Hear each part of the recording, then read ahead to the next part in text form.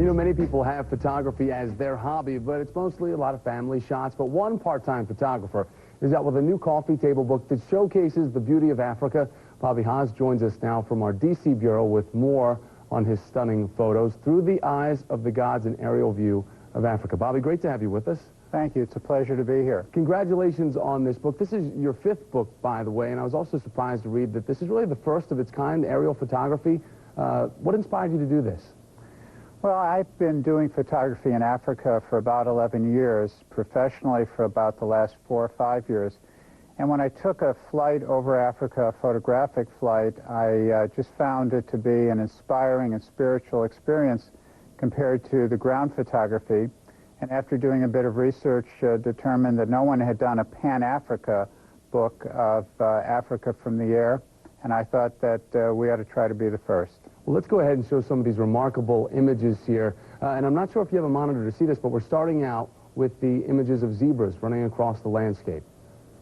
Yes, that was a shot that we took actually after a torrential downpour had taken the dust of the Magadi Gadi salt pan and liquefied it a bit so that the tracks of the zebras were visible. And what interested me about this image is the fact that the zebras were crossing from left to right in exactly the opposite direction of another group. We'll move on to the fish trap image, or actually this is one of the gardens, or one of the market shots there. Give us an idea, though. A lot of people talking about this book saying that there are spiritual things to take away from this, also mysterious images that mean things, different things to different people. What did these images mean to you? What did you see through the eye? Well, when I look through the lens down at the Earth, I see what I think is a much more generous, much more favorable view of the Earth than when we get down to the detail at ground level. And I see a spiritual side, even in this image of a man moving across Lake Retba, working in a back-breaking and difficult way.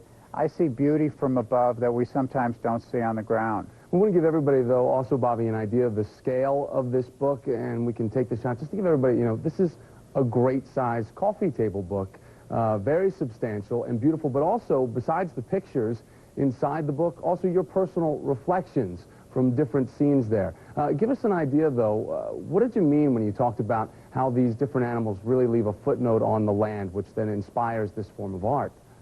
Well, I think, for example, in the image that you saw before, the flamingos going across the water, you see a different view of behavior from the air. The flamingos actually run across the water before they're airborne. I don't notice that from the ground. And also when you see a lioness hunt buffalo, you see a reflection of the entire herd and how it reacts to a lioness. It is a completely different experience for me. You also see a lot of abstract images that are simply unavailable from the ground. Well, we invite everybody to go out and pick this book up. It really is beautiful. It's called Through the Eyes of the Gods, an aerial vision of Africa. Bobby Haas, thanks for joining us today. And again, congratulations on this book. It really is beautiful. Great work. Thank you very much. Sure.